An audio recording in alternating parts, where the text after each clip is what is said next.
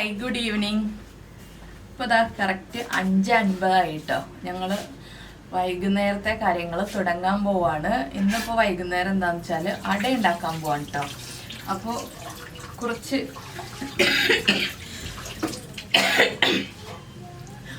കുറച്ച് പാത്രങ്ങൾ കഴുകാനുണ്ട്. എന്താണെന്ന് വെച്ചാൽ ഞാൻ കുറച്ച് സമയം ഒന്ന് കിടന്നു ഉറങ്ങാൻ വേണ്ടി. പക്ഷെ ഉറങ്ങാൻ പറ്റിയില്ല. ഒരു 10 മിനിറ്റ് ഉറങ്ങിയിട്ടുണ്ടാവും, അതിൽ കൂടുതൽ ഉറങ്ങിയില്ല കേട്ടോ. ഞാൻ ഇതിനിടയ്ക്ക് പൊടി നനച്ചു വെച്ചു.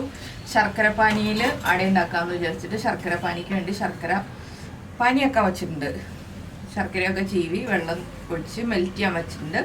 ഇനി നമുക്ക് നമ്മുടെ ഇല ഒന്ന് കട്ട് ചെയ്ത് കഴുകി വൃത്തിയാക്കി എടുക്കണം. അപ്പം ഞാൻ ഇലയൊക്കെ ഒന്ന് എടുക്കട്ടെ. രാജുവേട്ടൻ രാവിലെ വാഴയിലേക്ക് എടുത്ത് വെച്ചിട്ടുണ്ട്. അപ്പോൾ നമുക്ക് വാഴയില കട്ട് ചെയ്തെടുക്കാം. അപ്പോൾ വാഴയില കുറച്ച് വലിപ്പമുള്ള ഇലയാണെങ്കിൽ നമുക്ക് നല്ല വലിയ അട ഉണ്ടാക്കാം, ഇല്ലെങ്കിൽ അട ചെറുതായിപ്പോവും. ഇത് സാധാരണ നമ്മൾ ഉണ്ടാക്കുന്ന പോലെ ശർക്കരയും തേങ്ങയും വിളയിച്ചിട്ടുള്ള ശർക്കരയും തേങ്ങയും വിളയിച്ചിട്ടുള്ള അടയാണ് ഉണ്ടാക്കുന്നത് ഇന്ന്. അപ്പോൾ കഴിഞ്ഞ ദിവസം ഞാൻ കൊഴുക്കട്ട അങ്ങനെ ഉണ്ടാക്കിയപ്പോൾ ശർക്കരയും തേങ്ങയും വിളയിക്കാതെ ഉണ്ടാക്കിയപ്പോൾ കയ്യിൽ വെച്ചിട്ട് അട പോലെ ഉണ്ടാക്കിയപ്പോൾ എനിക്ക് കുറച്ച് കമൻസ് വന്നിരുന്നു, ഇതുപോലെ ഉണ്ടാക്കാല്ലേ, വളരെ എളുപ്പമാണല്ലോ എന്നൊക്കെ ചോദിച്ചിട്ട്. പക്ഷെ ഇതിന് വേറൊരു ടേസ്റ്റാണ് കേട്ടോ. ആ വാഴയിലയുടെ ഒരു ടേസ്റ്റും ഒക്കെ കൂടി വരുമ്പോൾ ഇതിനൊരു പ്രത്യേക ടേസ്റ്റാണ്. വാഴയിലയുടെ ടേസ്റ്റും വാഴയിലയുടെ ആ ലൈൻസും എല്ലാം കൂടി വരുമ്പോഴത്തേക്കും ഒരു പ്രത്യേക ടേസ്റ്റും ഭംഗിയൊക്കെ തന്നെ. അതെ, ഇതിന് ഇതിൻ്റെതായ ടേസ്റ്റ്. അതെന്ന് വെച്ചാൽ അതൊരു ഈസി മെത്തേഡാണ്.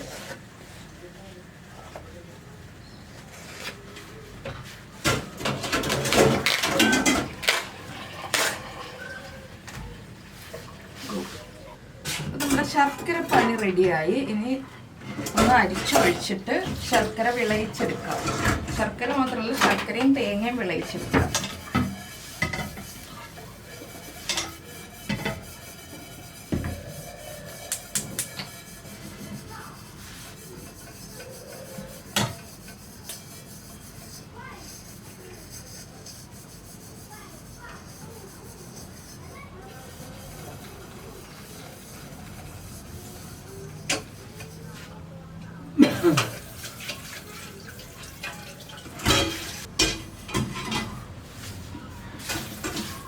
ശർക്കര പാനിയിലേക്ക് ഞാൻ തേങ്ങ ചേർക്കാൻ പോവാണ്.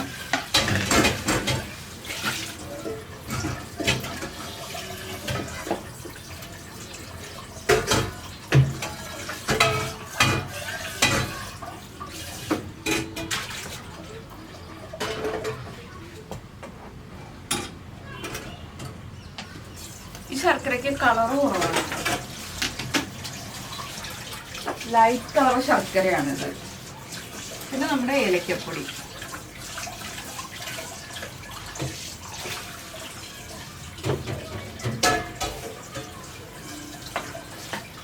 ഇതിവിടെ ഇരുന്ന് റെഡി ആവട്ടെ. എൻ്റെ ജോലി ബാക്കിയുള്ളത് നീക്കട്ടെ. അപ്പോൾ ഞാൻ പൊടി നന്നായിട്ട് കുഴച്ചെടുത്തു കേട്ടോ. ചൂടൊക്കെ കുറഞ്ഞു വന്നു. ഇനി അട ഉണ്ടാക്കാൻ പോവാണ്. ശർക്കരയും തേങ്ങയും വിളയിച്ചതിൻ്റെയും ചൂട് കുറഞ്ഞു വന്നു. വെള്ളം കുടിക്കാൻ എടുത്തോണ്ട് വെള്ളം വേണ്ട, വെള്ളം കുടിച്ച് വിഷമിച്ചു. വെള്ളം കുടിക്കാൻ തോന്നുന്നില്ല. അപ്പൊ നീതാ നല്ല അടിപൊളിയായിട്ട് കനം കുറച്ച് ഈ അട ഇങ്ങനെ പരത്തി തരാണ്. എന്നെ കൊണ്ട് പറ്റണ പോലെ ഞാൻ ഫില്ല് ചെയ്ത് കൊടുക്കുന്നത്. നമ്മളെപ്പോഴും അട ഉണ്ടാക്കുമ്പോൾ കനം കുറച്ച് പരത്തുകയാണെങ്കിൽ കഴിക്കുമ്പോൾ അതുപോലെ ടേസ്റ്റ് ഉണ്ടാവും കേട്ടോ. തിക്കായിട്ട് പരത്തിയിട്ടുണ്ടെങ്കിൽ ആ സൈഡ് വരുമ്പോൾ ഉണ്ടല്ലോ, എന്താ പറയുക, കഴിക്കുമ്പോൾ അത്ര ടേസ്റ്റ് ഉണ്ടാവില്ല.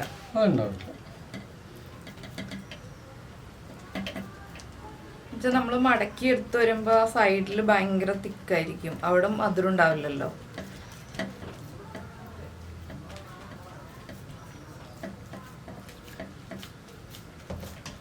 ശർക്കര കാണാനൊരു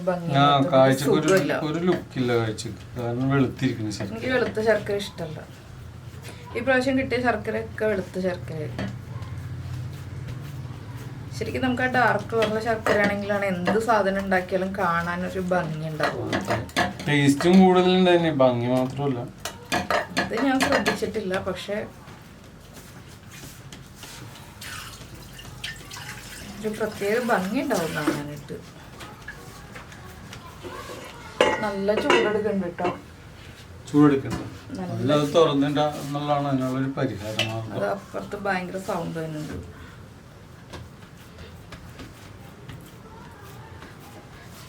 കൊതുകം വരും. ഇപ്പൊ ഇവിടെ രാത്രി നല്ല കൊതുകാണ്. ഇന്നലെ കൊതുക് കടിച്ച് എന്നെ കടിക്കില്ല, ഞാൻ നീതിയും കൂടി ഇരുന്നു എല്ലാ കൊതുക് മുഴുവൻ നീതിയെ കടിക്കും. ഇന്നലെ എത്ര കൊതുകായിരുന്നു കടിച്ചെന്നറിയോ? ഭയങ്കര കൊതുകായിരുന്നു. 4 എണ്ണമായ ഇതും കൂടി കൂട്ടി 4 ആയി. അപ്പൊ അത് കഴിയുമ്പോ അടുത്ത് കട്ട് വെക്കണേ. കഴുകി വെച്ചിട്ടുണ്ട് ആ കൊട്ടയില്. യെസ്, ഇതെന്താണ് ഇത്തിരി തണുത്തു പോയത് കാരണേ അത് തിക്നെസ് തിക്കാണ്ടിരിക്കണം, ഒരു നമ്മൾ ഉദ്ദേശിക്കുന്ന രീതിയിൽ വരണില്ല. ശരിക്കും ഞങ്ങൾ ഇന്ന് ഒരുപാട് ലേറ്റ് ആയിട്ട് ഇത് ഉണ്ടാക്കാനായിട്ട്. സാധാരണ ഒരു 5 മണിക്ക് മുൻപെങ്കിലും ഉണ്ടാക്കുന്നതാണ്. രാജീവേട്ടൻ സൈറ്റിൽ പോയിരുന്നു, അതുകൊണ്ട് തന്നെ വൈകി വന്നപ്പോൾ. ഇനി വേറെ കാര്യങ്ങളുണ്ട്. ഇനി ബീഫൊക്കെ വാങ്ങിച്ചിട്ട് വേണം നമുക്ക് രാത്രിയിലത്തേക്കുള്ള കാര്യങ്ങളൊക്കെ റെഡിയാക്കാനായിട്ട്. അപ്പോൾ ബീഫ് വാങ്ങിച്ചുകൊണ്ട് വരുമ്പോഴത്തേക്കും ഞാൻ സവാളയൊക്കെ തൊലിയൊക്കെ മാറ്റി നന്നാക്കി എടുത്തിട്ട് അതിൻ്റെ ഏറ്റവും ഫ്രണ്ടിലുണ്ട് തട്ട്, ആ കൊട്ടയിൽ ആ തട്ട് തന്നെ ഏറ്റവും വെള്ളത്തിൽ അതന്നെ.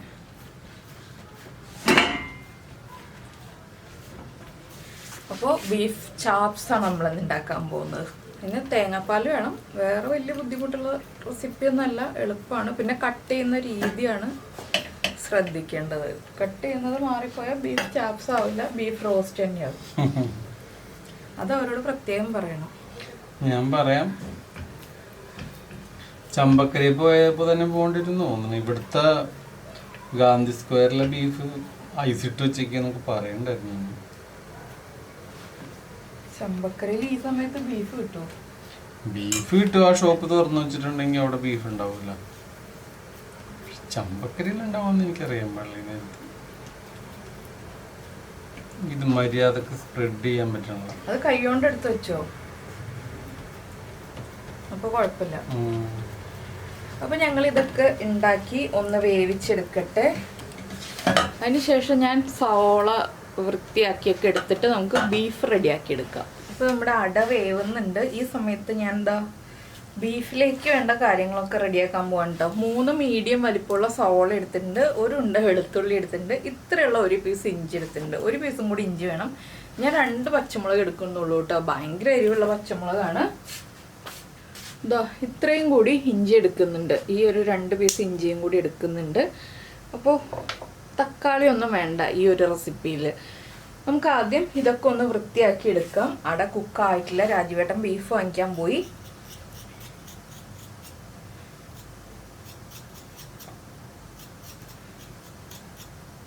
ശരിക്ക് ഈ ഒരു ദിവസങ്ങളിലൊന്നും ഞങ്ങളിവിടെ നോൺ വെജ് വെക്കില്ല കേട്ടോ. പൊതുവെ അച്ഛനൊക്കെ ഉള്ള സമയത്താണെങ്കിൽ നോൺ വെജ് വെക്കാൻ പാടില്ല എന്ന് പറയും. 41 ദിവസവും വെജ് തന്നെയാണ് വെക്കുക. നമുക്ക് അമ്പലത്തിൽ ഉത്സവം കഴിഞ്ഞിട്ടേ നമ്മളിവിടെ നോൺ വെജ് വെക്കാറുള്ളൂ. ഇപ്പൊ പിന്നെ ആരും ചോദിക്കാനൊന്നും ഇല്ലാത്തതുകൊണ്ട് നമ്മൾ നോൺ വെജ് വെക്കാറ്. ഞാൻ കഴിഞ്ഞ വർഷം വരെ നോൺ വെജ് വെക്കില്ലായിരുന്നു കേട്ടോ. 41 ദിവസം വെജ് തന്നെയായിരുന്നു വെച്ചിരുന്നത്. ഇപ്രാവശ്യം ആരും ഇല്ല ചോദിക്കാനും പറയാനും ഒന്നും. പിന്നെ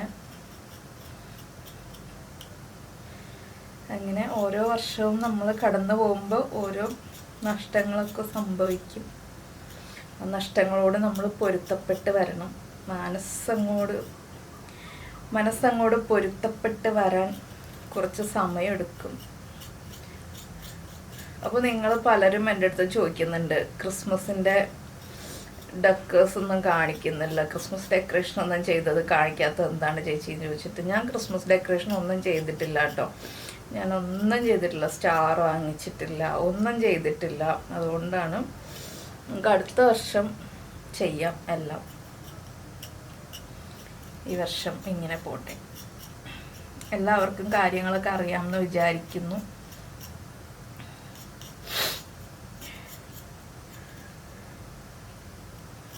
ഇഞ്ചിയും വെളുത്തുള്ളിയും നന്നായിട്ട് വേണം കേട്ടോ ഈ ഒരു റെസിപ്പിയിൽ.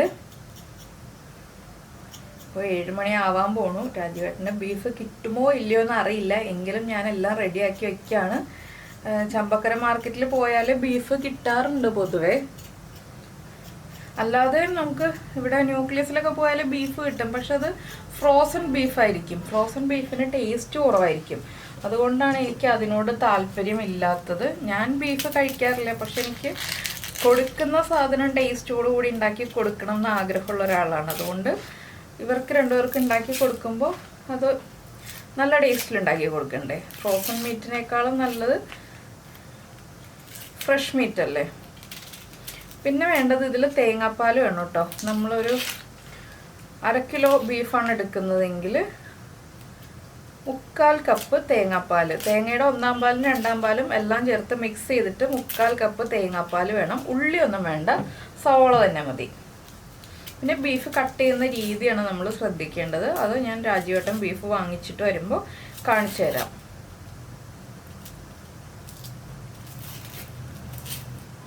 അപ്പോൾ ഞാൻ ഈ സവോളയൊക്കെ ഒന്ന് നന്നാക്കി സ്ലൈസ് ചെയ്തെടുക്കട്ടെ. നീളത്തിൽ കനം കുറച്ച് സ്ലൈസ് ചെയ്തെടുക്കണം. സ്ലൈസ് ചെയ്തെടുക്കാനായിട്ട് ഇതൊന്ന് കഴുകി വൃത്തിയാക്കിയൊക്കെ എടുക്കട്ടെ. സവോളയ്ക്കൊക്കെ ഭയങ്കര വിലയാണെന്ന് പറയുന്നുണ്ട്. ഞാൻ ഷോപ്പിൽ പോകാത്തതുകൊണ്ട് എനിക്ക് അറിയില്ല കേട്ടോ എത്രയാണെന്നുള്ളത്. അപ്പോൾ നമ്മുടെ അടയൊക്കെ ഇതാ നമ്മൾ പ്ലേറ്റിലേക്ക് മാറ്റിയിട്ടുണ്ട്. മുഴുവൻ എടുത്തിട്ടില്ല കേട്ടോ, കുറച്ച് എടുത്തിട്ടുള്ളൂ. അപ്പോൾ ഇനി അട കഴിക്കാൻ സമയമായി. 7:10 രാജുവേട്ടൻ ബീഫൊക്കെ വാങ്ങിച്ചു വന്നു. ഞാനിപ്പോൾ സവോളയൊക്കെ നന്നാക്കി റെഡിയാക്കി എടുത്തു. ഇതാ ഇഞ്ചിയും സവോളയും പച്ചമുളകും വെളുത്തുള്ളി എല്ലാം റെഡിയാക്കി എടുത്തിട്ടുണ്ട്. ബീഫ് നമ്മൾ ഫ്രീസറിലേക്ക് വെച്ചു കേട്ടോ. എന്താന്ന് വെച്ചാൽ ബീഫ് കട്ട് ചെയ്യാൻ എളുപ്പത്തിന് വേണ്ടി നമ്മൾ ഒരു 1/2 മണിക്കൂർ ഫ്രീസറിൽ വെക്കുക. അപ്പോൾ വേഗം കട്ട് ചെയ്തെടുക്കാൻ പറ്റും. ഇല്ലെങ്കിൽ ബീഫ് ഇങ്ങനെ തളർന്നിരിക്കുമ്പോൾ നമുക്ക് കട്ട് ചെയ്യുമ്പോൾ കറക്റ്റ് ഷേപ്പിൽ കട്ട് ചെയ്യാൻ പറ്റില്ല. അപ്പോൾ ഒരു 1/2 മണിക്കൂർ ഫ്രീസറിൽ വെച്ചിട്ട് കട്ട് ചെയ്യുകയാണെന്നുണ്ടെങ്കിൽ നമുക്ക് വേഗം കട്ട് ചെയ്തെടുക്കാം. നമ്മൾ ഉദ്ദേശിക്കുന്ന രീതിയിൽ കട്ട് ചെയ്തെടുക്കാം. അപ്പോൾ നമ്മൾ ഉദ്ദേശിക്കുന്ന രീതിയിലല്ല കേട്ടോ അവർ കട്ട് ചെയ്ത് തന്നത്. അപ്പോൾ നമുക്ക് അവിടെ ചെന്നിട്ട് ഞാനൊരു കട്ട പോലെയുള്ള ഒരു ഷേപ്പിൽ വാങ്ങാന്നൊക്കെ പറഞ്ഞ് വലിയ പ്ലാനിലാണ് പോയത്. ഞാൻ അവിടെ ചെന്ന് പറഞ്ഞു തരുന്ന സാധനം മുറിച്ച് ത്രാസിൽ വെച്ച് അവര് നമുക്ക് ദേഷ്യം വരില്ല. നമ്മൾ പറഞ്ഞു തരുന്നതിന് മുമ്പ് ഒരു സാധനം ഞാൻ വേറൊരു ബീഫ് ഒരു കാലിൻ്റെ ഒരു പീസ് ഉണ്ടായിരുന്നു. അതുമേന്ന് കറക്റ്റായിട്ട് കട്ട് ചെയ്തെടുക്കാൻ പറ്റും. ഇതുമേല് ഞാൻ ഉന്നം വെച്ച് വെക്കുമ്പോൾ അവരവിടെ വേറെ മുറിച്ച് തൂക്കി കഴുകി. അപ്പൊ തിരക്കിനിടെ പോയി നമ്മളിത് മേടിക്കാതിരിക്കുന്നത് നല്ലതായിരിക്കും. ഈ ബീഫ് ഇത്തിരി റിലാക്സ് ആയിട്ട് നമ്മൾ പറയണമെന്ന് കേൾക്കാനുള്ള സമയം ഇങ്ങനെ ഉണ്ടാവും. ഇപ്പൊ ഭയങ്കര തിരക്കൊന്നും ഇല്ലായിരുന്നു എന്ന് പറയാം. ശരിക്കും പറഞ്ഞാ ഞാൻ പറഞ്ഞു തീരുന്നതിന് മുമ്പ് സാധനം മുറിച്ച് ത്രാസിൽ വെച്ച് കഴിഞ്ഞു. അപ്പൊ എന്തെങ്കിലും ആവട്ടെ, നമ്മളിപ്പോ ജസ്റ്റ് ഷേപ്പ് ആക്കാൻ വേണ്ടിട്ട് ഞാനൊരു കവറിലാക്കിയിട്ട് ഇങ്ങനെ ഫ്രീസറിൽ വെച്ചിട്ടുണ്ട്. ഇടയ്ക്കിടയ്ക്ക് പോയിട്ടൊന്ന് തിരിച്ച് ഷേപ്പ് ആക്കി എടുക്കാൻ പറ്റുമെന്ന് നോക്കണം. എങ്കിലും പറ്റുന്ന രീതിയിൽ നമുക്ക് ഷേപ്പ് ആക്കി എടുത്തിട്ട് കട്ട് ചെയ്തെടുക്കാം. അപ്പോൾ ഇനി ഞങ്ങൾ അട കഴിക്കട്ടെ. അട കഴിച്ചിട്ട് നമുക്ക് ബീഫ് കട്ട് ചെയ്യാം. അപ്പോൾ അട അതാ നോക്കൂ, നല്ല നൈസായിട്ടുള്ള അടയാണ് കേട്ടോ. നൈസായിട്ടുള്ള വെച്ചാൽ നല്ല തിന്നായിട്ടുള്ള അടയാണ്. നല്ല ചൂടുണ്ട്, പക്ഷെ ഇത് കണ്ടോ, നല്ല തിന്നായിട്ടുള്ള അടയാണ്. നല്ല ചൂടുണ്ട്. അപ്പോൾ ചൂടൊന്ന് കുറഞ്ഞിട്ട് കഴിക്കട്ടെ കേട്ടോ. അപ്പോൾ കഴിച്ചു കഴിഞ്ഞിട്ട് നമുക്ക് ബീഫിൻ്റെ പരിപാടി തുടങ്ങാം. അപ്പോൾ ഞങ്ങളിതാ അട കഴിച്ചു. അട കഴിച്ചിട്ട് വേഗം തന്നെ നമ്മുടെ സവാള കട്ട് ചെയ്യാൻ തുടങ്ങിയതുണ്ട്. ചപ്പാത്തിക്ക് പൊടി കുഴയ്ക്കാൻ പോവാണ്. സവാളയും കട്ട് ചെയ്ത് ചപ്പാത്തിയുടെ പൊടിയും കുഴച്ച് കഴിഞ്ഞിട്ട് വേണം നമുക്ക് ബീഫ് കട്ട് ചെയ്യാനായിട്ട്. അപ്പോൾ ചപ്പാത്തിയും ബീഫ് ചാപ്സുമാണ് ഇന്ന് ഉണ്ടാക്കുന്നത്. ചപ്പാത്തി സാധാരണ ഉണ്ടാക്കുന്ന രീതിയിലല്ല കേട്ടോ, നമ്മുടെ ട്രയാങ്കിൾ ചപ്പാത്തിയാണ് ഉണ്ടാക്കാൻ പോകുന്നത്. ഗോതമ്പൊടി ആവശ്യത്തിനുണ്ട് കേട്ടോ. തീർന്നോട് ചോദിച്ചിട്ടുണ്ടായില്ല നേരത്തെ. തീർന്നിട്ടില്ല. നേരത്തെ രാവിലെ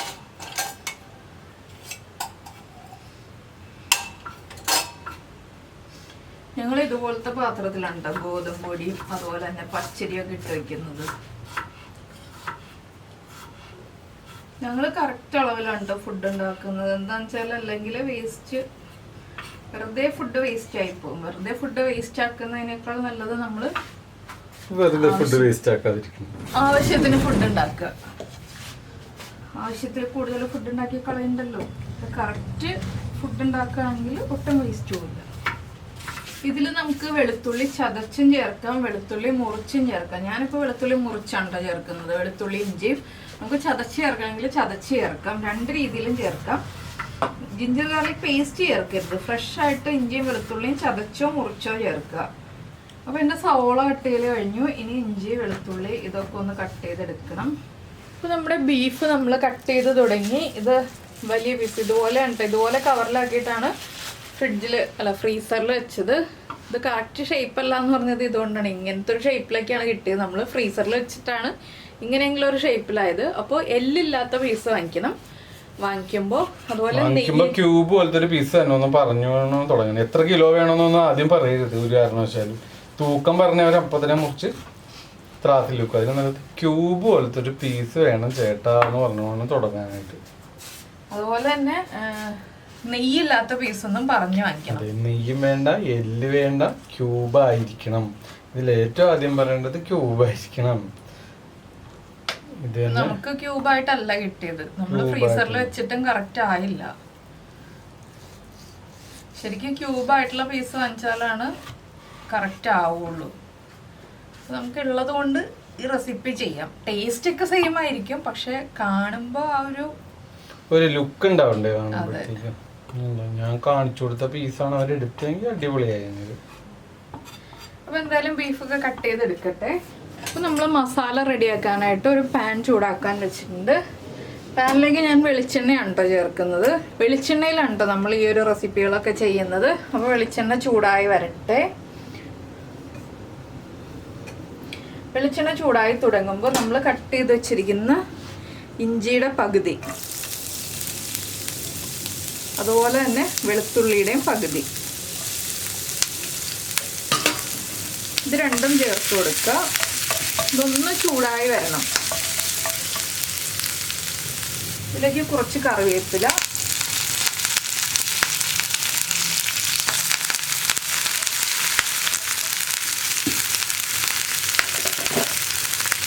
പിന്നെ കുറച്ച് സവോള, ഒരു പിടി സവോളയാണ് ഞാൻ ചേർത്തത്. ഇത്രയും ചേർത്ത് നന്നായിട്ടൊന്ന് വഴറ്റുക. ഒരുപാട് അങ്ങോട്ട് വഴന്നു പോകണ്ട. ആ സവോളയുടെ റോ ടേസ്റ്റ് ഒന്ന് മാറി വരുന്നത് വരെ ഒന്ന് ഇളക്കി കൊടുക്കുക. ഇത് ശരിക്കും നമ്മൾ ട്രഡീഷണൽ ആയിട്ട് ചെയ്യുമ്പോൾ ചട്ടിയിൽ വെച്ച് വേവിച്ചെടുക്കുകയാണ് ചെയ്യേണ്ടത്. ചട്ടിയിൽ വെച്ച് വേവിച്ചെടുക്കുമ്പോൾ എന്ന് പറഞ്ഞിട്ടുണ്ടെങ്കിൽ ഒരു 3/4 മണിക്കൂർ മുതൽ 1 മണിക്കൂർ വരെ ലോ ഫ്ലെയിമിൽ വെച്ച് വേവിച്ചെടുക്കണം. അപ്പോൾ നമുക്ക് കുറേ സമയം പോകും. അതുകൊണ്ട് ഞാൻ കുക്കറിലാണ് വേവിച്ചെടുക്കാൻ പോകുന്നത്. നിങ്ങൾക്ക് ചട്ടിയിൽ വെച്ച് വേവിച്ചെടുക്കാം. മൺചട്ടിയിൽ തന്നെ വെച്ച് വേവിച്ചെടുക്കണം. അങ്ങനെ വേവിച്ചെടുക്കുമ്പോൾ 3/4 മണിക്കൂർ മുതൽ 1 മണിക്കൂർ വരെ സമയം എടുക്കും കേട്ടോ. ചെറിയ ബർണറിൽ ലോ ഫ്ലെയിമിൽ വെച്ചിട്ട് വേവിച്ച് ആ ഗ്രേവി വറ്റിച്ചെടുക്കണം. അപ്പോൾ അങ്ങനെയും ചെയ്യാം. പിന്നെ നമുക്ക് ഇന്നിപ്പോൾ സമയമില്ലാത്ത സാഹചര്യമാണെന്നുണ്ടെങ്കിൽ കുക്കറിൽ വെച്ചിട്ടും ചെയ്യാം. ഇതിലേക്ക് നമുക്ക് ആദ്യം ഉപ്പ് ചേർത്ത് കൊടുക്കാം. ഒരു 1/2 ടീസ്പൂൺ ഉപ്പ് ചേർത്ത് ഒന്ന് വഴറ്റി കൊടുക്കുക. സവോളയൊക്കെ കുക്കറിൽ വേവാനുള്ളതായതുകൊണ്ടാണ് നമ്മൾ ഒരുപാട് വഴറ്റുന്നില്ല എന്ന് പറഞ്ഞത്. ഇതിൽ നമ്മൾ ഏറ്റവും ഇമ്പോർട്ടൻ്റ് ആയിട്ട് ചേർക്കേണ്ട ഒരു ഇൻഗ്രീഡിയൻറ്റ് കാശ്മീരി ചില്ലി പൗഡറാണ്. സാധാരണ മുളക് പൊടി ചേർക്കേണ്ട, കാശ്മീരി ചില്ലി പൗഡർ ചേർക്കുക. അതുപോലെ തന്നെ കുരുമുളക് പൊടി ചേർക്കുക. ഈ 2 ഇൻഗ്രീഡിയൻസ് ആണ്. കുരുമുളക് പൊടിയുടെ എരിവും കാശ്മീരി ചില്ലി പൗഡറിൻ്റെ കളറുമാണ് നമുക്ക് വേണ്ടത്. സവോള ഒന്ന് കുക്കായി തുടങ്ങുമ്പോൾ നമുക്കിനി ഓരോന്നായിട്ടുള്ള പൊടികൾ ചേർത്ത് കൊടുക്കാം. 1/2 ടീസ്പൂൺ മഞ്ഞൾപ്പൊടി ചേർത്തിട്ട് 1 മിനിറ്റ് ഒന്ന് ലോ ഫ്ലെയിം ആക്കിയിട്ട് ഇളക്കി കൊടുക്കുക.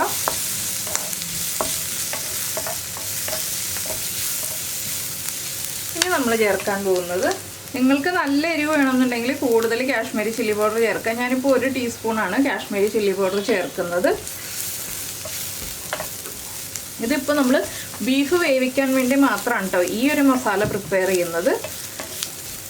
ഒരു 1/2 ടീസ്പൂൺ ഗരം മസാലപ്പൊടി. ഇതൊക്കെ ബീഫിലേക്ക് പിടിക്കാൻ ആവശ്യമായിട്ടുള്ള ഇൻഗ്രീഡിയൻസ് ആണ്. 1/2 ടീസ്പൂൺ കുരുമുളക് പൊടി. ഇത്രയും ചേർത്തിട്ട് ഈ പൊടികളുടെ റോ ടേസ്റ്റ് മാറി വരുന്നത് വരെ നമ്മൾ ഇളക്കി കൊടുക്കുക.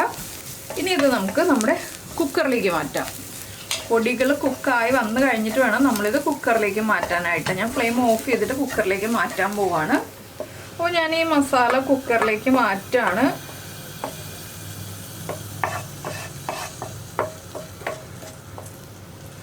ഇനി നമുക്കിതിലേക്ക് ബീഫ് ആഡ് ചെയ്ത് കൊടുക്കാം.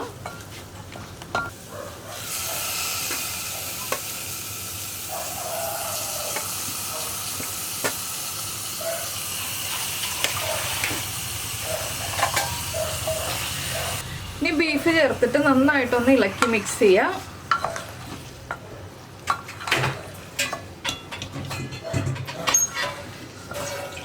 ഞാൻ ചെറിയ കുക്കറിലാണ് കേട്ടോ വേവിക്കുന്നത്. വേഗം വേവാനായിട്ട് ചെറിയ കുക്കറിലാണ് വേവിക്കുന്നത്.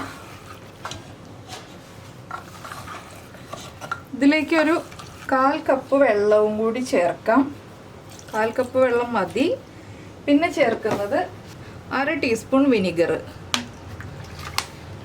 ബീഫ് വേഗം കുക്കായി കിട്ടാനുള്ള ടിപ്പാണ് ഈ വിനിഗർ ചേർക്കുക, അല്ലെങ്കിൽ ലെമൺ ജ്യൂസ് ആഡ് ചെയ്യുക എന്നുള്ളതൊക്കെ. ഞാനിപ്പോൾ എപ്പോഴും വിനിഗറാണ് കേട്ടോ ചേർക്കാറുള്ളത്. അല്ലെങ്കിൽ ഒരു പീസ് പപ്പായ ചേർക്കണം. റോ പപ്പായ ഉണ്ടല്ലോ, നമ്മുടെ പച്ച പപ്പായ. ഇനി ഇതൊന്ന് അടച്ചു വെച്ചിട്ട് നമുക്ക് ഒരു 4 വിസിൽ വരുന്നത് വരെ, നമ്മുടെ കയ്യിലുള്ള ബീഫിൻ്റെ കുക്കിംഗ് ടൈം അനുസരിച്ച് ഞാനിപ്പോൾ ഇത് 4 വിസിൽ വരുന്നത് വരെയാണ് വേവിച്ചെടുക്കാൻ പോകുന്നത്. ചില ബീഫ് ചിലപ്പോൾ 7-8 വിസിൽ വരുന്നത് വരെ വേവിക്കേണ്ടി വരും. അപ്പോൾ ഇതൊരു 4 വിസിൽ വരുമ്പോൾ ഞാൻ തുറന്ന് നോക്കും. എന്നിട്ട് കുക്കായിട്ടില്ലെങ്കിൽ 1-2 വിസിൽ വരുന്നത് വരെയും കൂടി വേവിച്ചെടുക്കും. ഇതൊന്ന് കുക്കായി വരട്ടെ. നമ്മുടെ ബീഫൊക്കെ കുക്കായി വന്നിട്ടുണ്ട്. ഞാൻ വേറൊരു പാൻ വെച്ചു. ഇതിലേക്ക് ഒരു 1/2 ടീസ്പൂൺ വലിയ ജീരകം, നമ്മുടെ പെരിഞ്ജീരകം ചേർക്കുകയാണ്. പെരിഞ്ജീരകം പൊട്ടി വരുമ്പോൾ അതിലേക്ക് നമ്മൾ എടുത്തു വെച്ചിരിക്കുന്ന ബാക്കി ഇഞ്ചി, വെളുത്തുള്ളി, പച്ചമുളക്, കറിവേപ്പില, അതുപോലെ നമ്മൾ കട്ട് ചെയ്ത് ബാക്കി വെച്ചിരിക്കുന്ന സവോള, പിന്നെ ഈ സവോളയ്ക്ക് ആവശ്യമായ ഉപ്പും കൂടി.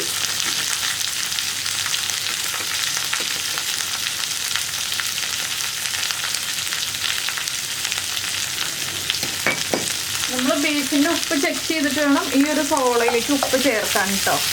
ബീഫ് നന്നായിട്ട് കുക്കായി വന്നിട്ടുണ്ട്. അപ്പോൾ ആദ്യത്തെ 4 വിസിലിൽ കുക്കായില്ല, പിന്നെ ഒരു 4 വിസിലും കൂടി വന്നതിന് ശേഷമാണ് കറക്റ്റായിട്ട് കുക്കായി വന്നത്.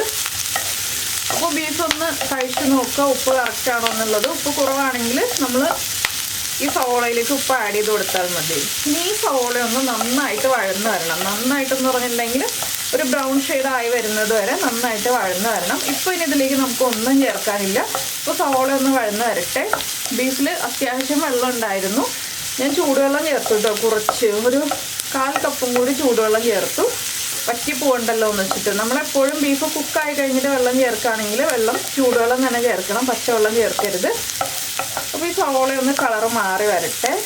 ഇപ്പോൾ കണ്ടോ നമ്മുടെ സവോളയുടെ കളറൊക്കെ മാറി വരുന്നുണ്ട്. ഈ ഒരു കളറായി വരുമ്പോൾ നമ്മൾ ഫ്ലെയിം കുറയ്ക്കുക. ഇനി പൊടികൾ ചേർത്ത് കൊടുക്കാം. ഇനി നമ്മൾ മഞ്ഞൾപ്പൊടി ചേർക്കില്ല കേട്ടോ. ഇനി മുളക് പൊടിയും മല്ലിപ്പൊടിയൊക്കെ ചേർക്കുള്ളൂ. ഫ്ലെയിം കുറയ്ക്കുക, അല്ലെങ്കിൽ ഫ്ലെയിം ഓഫ് ചെയ്യുക. അതിനുശേഷം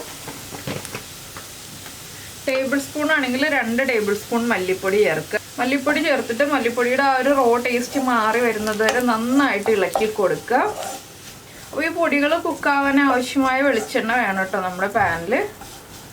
ഇല്ലെങ്കിൽ വെളിച്ചെണ്ണ ചേർത്ത് കൊടുക്കണം. മല്ലിപ്പൊടിയൊക്കെ നന്നായിട്ട് കുക്കായി വരണം. മല്ലിപ്പൊടിയാണ് ഇതിൻ്റെ ഗ്രേവിക്ക് തിക്നെസ് കൊടുക്കുന്നത്. അതുകൊണ്ട് മല്ലിപ്പൊടി എപ്പോഴും കൂടുതൽ ചേർക്കണം. ഇനി നമ്മൾ ചേർക്കുന്നത് നമ്മുടെ കാശ്മീരി ചില്ലി പൗഡറാണ്. ഒരു 3/4 ടീസ്പൂൺ കാശ്മീരി ചില്ലി പൗഡർ. നമ്മൾ ആദ്യം ബീഫ് കുക്ക് ചെയ്യാൻ നേരത്ത് കാശ്മീരി ചില്ലി പൗഡർ ചേർത്തിട്ടുണ്ട്. പിന്നെ നല്ല എരിവുള്ള പച്ചമുളകാണ് ഞാൻ ചേർത്തിട്ടുള്ളത്. അതുകൊണ്ട് തന്നെയാണ് 3/4 ടീസ്പൂൺ ചേർക്കുന്നത്. നിങ്ങളുടെ കയ്യിൽ എരിവ് കുറഞ്ഞ പച്ചമുളകാണെങ്കിൽ 1-1.5 ടീസ്പൂൺ കാശ്മീരി ചില്ലി പൗഡർ ചേർക്കാം കേട്ടോ. പിന്നെ മീറ്റ് മസാല ഉണ്ടെങ്കിലും മീറ്റ് മസാല ചേർക്കാം. ഞാനിപ്പോൾ ഗരം മസാലയാണ് ചേർക്കുന്നത്, 1 ടീസ്പൂൺ. ഇത്രയും ചേർത്തിട്ട് നമുക്ക് നന്നായിട്ട് ഇളക്കി കൊടുക്കാം. നമ്മുടെ പൊടികളൊന്ന് കുക്കായി വരണം. ഇതിലേക്ക് നമ്മൾ വേവിച്ച് വെച്ചിരിക്കുന്ന ബീഫ് ആ ഗ്രേവിയോടുകൂടി ചേർത്ത് കൊടുക്കാം.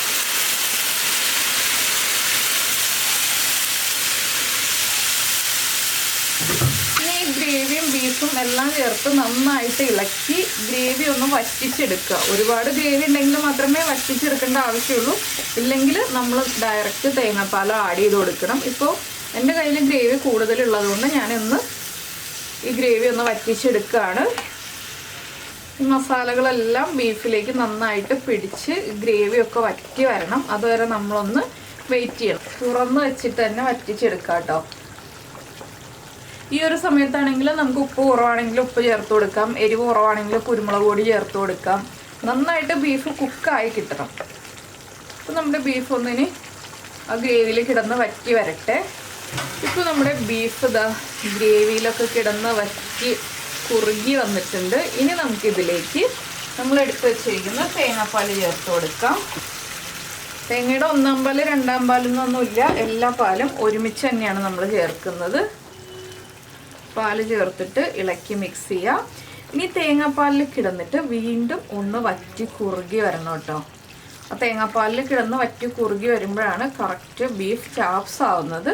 ബീഫ് ചാപ്സിൻ്റെ ആ കറക്റ്റ് ടേസ്റ്റൊക്കെ ആവുന്നത്. തേങ്ങാപ്പാലിൻ്റെ ഒരു ചെറിയ മധുരവും നമ്മുടെ മസാലകളുടെ എരിവും ഒക്കെ കൂടി ചേർന്ന് കറക്റ്റ് ടേസ്റ്റ് ആവുന്നത്. ഞാൻ കുറച്ചുകൂടി തേങ്ങാപ്പാൽ ചേർക്കുന്നുണ്ട്.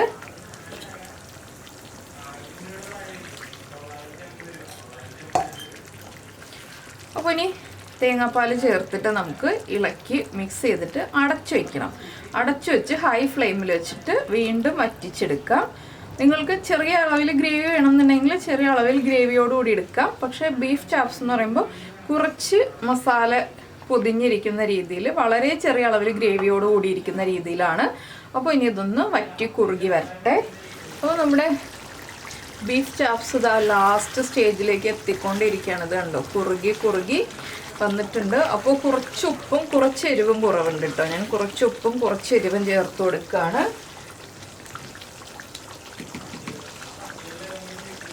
കുറച്ച് ഉപ്പ് ചേർക്കുന്നുണ്ട്. അതുപോലെ തന്നെ എരിവിനായിട്ട് കുറച്ച് കുരുമുളക് പൊടിയും കൂടി ചേർക്കുന്നുണ്ട്. ഒരു 1/2 ടീസ്പൂൺ കുരുമുളക് പൊടി. ഇനി എല്ലാം ചേർത്ത് നന്നായിട്ടൊന്ന് ഇളക്കി മിക്സ് ചെയ്യാം. ഇനി ഒന്നുകൂടി ഒന്ന് തിളച്ച് വരുന്നത് വരെ നമുക്ക് വെയിറ്റ് ചെയ്യാം. നന്നായിട്ടൊന്ന് തിളച്ച് വരണം. ബീഫ് പീസുകൾ ഒരുപാട് ഇളക്കിയിട്ടുണ്ടെങ്കിൽ അലിഞ്ഞു കൂട്ടും. ആ രീതിയിലാണ് വേവ് വരുന്നത്. അപ്പോൾ നന്നായിട്ട് ഇളക്കി കൊടുക്കരുത്, ജസ്റ്റ് ഒന്ന് മിക്സ് ചെയ്ത് കൊടുക്കുക. പിന്നെ ഒന്നുകൂടി ഒന്ന് തിളച്ച് വരട്ടെ. ഒന്നുകൂടി തിളച്ച് വരുമ്പോൾ നമുക്ക് ഇതിലേക്ക് വീണ്ടും 1-2 ഇൻഗ്രീഡിയൻസും കൂടി ആഡ് ചെയ്യാനുണ്ട്. അപ്പോൾ നമ്മുടെ ബീഫ് ചാപ്സിൻ്റെ ലാസ്റ്റ് സ്റ്റേജായി ഞാൻ ഇതിലേക്ക് ഒരു കൈ കറിവേപ്പില ചേർക്കണം. ഫ്ലെയിം ഓഫ് ചെയ്തിട്ട് അതുപോലെ തന്നെ കുറച്ച് പച്ച വെളിച്ചെണ്ണയും കൂടി, നമ്മൾ ചൂടാക്കാത്ത വെളിച്ചെണ്ണയും കൂടി അവിയലിലൊക്കെ ചേർക്കില്ല, അതുപോലെ കുറച്ച് പച്ച വെളിച്ചെണ്ണയും കൂടി ചേർക്കുകയാണ്. ഇനി അടച്ചു വെച്ച് കഴിഞ്ഞിട്ട് ഒന്ന് ഇളം ചൂടാവുമ്പോൾ കഴിക്കുക. നല്ല ചൂടോടുകൂടി കഴിക്കരുത്, ഇളം ചൂടാവുമ്പോൾ കഴിക്കുക. ഒരു അരമണിക്കൂറൊക്കെ കഴിഞ്ഞിട്ട് നമുക്ക് കഴിക്കാം. അത്രയും സമയം നമ്മൾ ഇതുപോലെ അടച്ചു വയ്ക്കുക. ആ കറിവേപ്പിലയുടെയും പച്ച വെളിച്ചെണ്ണയുടെയും ഫ്ലേവർ നമ്മുടെ കറിയിലേക്ക് ഇറങ്ങുന്നത് വരെ നമ്മൾ വെയിറ്റ് ചെയ്യുക. ഈ സമയത്ത് ഞങ്ങൾ ചപ്പാത്തിയൊക്കെ ഉണ്ടാക്കി വെച്ചു കേട്ടോ. ഇതാ നമ്മുടെ ട്രയാങ്കിൾ ചപ്പാത്തി റെഡി ആയിട്ടുണ്ട്. ഓരോ ലെയറും ഇങ്ങനെ പൊളിച്ചെടുക്കാൻ പറ്റും കേട്ടോ. ഇതുപോലെ ഇവിടെ നിന്ന് ഇങ്ങനെ ഓരോ ലെയറായിട്ട് പൊളിച്ചെടുക്കാൻ പറ്റുന്നത് കണ്ടോ. ഓരോ പോക്കറ്റ്സ് ആയിട്ട് പൊളിച്ചെടുക്കാൻ പറ്റുന്ന രീതിയിലാണ് ഈ ഒരു ട്രയാങ്കിൾ ചപ്പാത്തി ഉള്ളത്. ഞാനിപ്പോൾ പൊളിച്ച് കാണിക്കുന്നില്ല, കഴിക്കുമ്പോഴേ പൊളിക്കുന്നുള്ളൂ. ജസ്റ്റ് ഇപ്പോൾ ഇങ്ങനെ ഒരു ലെയർ ഇങ്ങനെ കാണിച്ചു എന്ന് മാത്രമേ ഉള്ളൂ. അപ്പോൾ ഇതൊക്കെയാണ് നമ്മുടെ ഇന്നത്തെ വീഡിയോ. നിങ്ങൾക്ക് ഈ ഒരു വീഡിയോയൊക്കെ ഇഷ്ടമായി എന്ന് വിചാരിക്കുന്നു. ഇനിയിപ്പോൾ എല്ലാ ദിവസത്തെയും പോലെ ഞാൻ കുളിക്കാൻ പോവാണ്, ഭക്ഷണം കഴിക്കാൻ പോവാണ്, കുളിച്ച് കഴിഞ്ഞിട്ട് വന്ന് കിടക്കാൻ പോവാണെന്നൊന്നും പറയണ്ടല്ലോ. അതുകൊണ്ട് ഇന്നത്തെ വീഡിയോ ഇത്രയും വെച്ച് അവസാനിപ്പിക്കുകയാണ്. നമുക്ക് നമ്മുടെ അടുത്തൊരു വീഡിയോയുമായിട്ട് അടുത്ത ദിവസം വീണ്ടും കാണാം.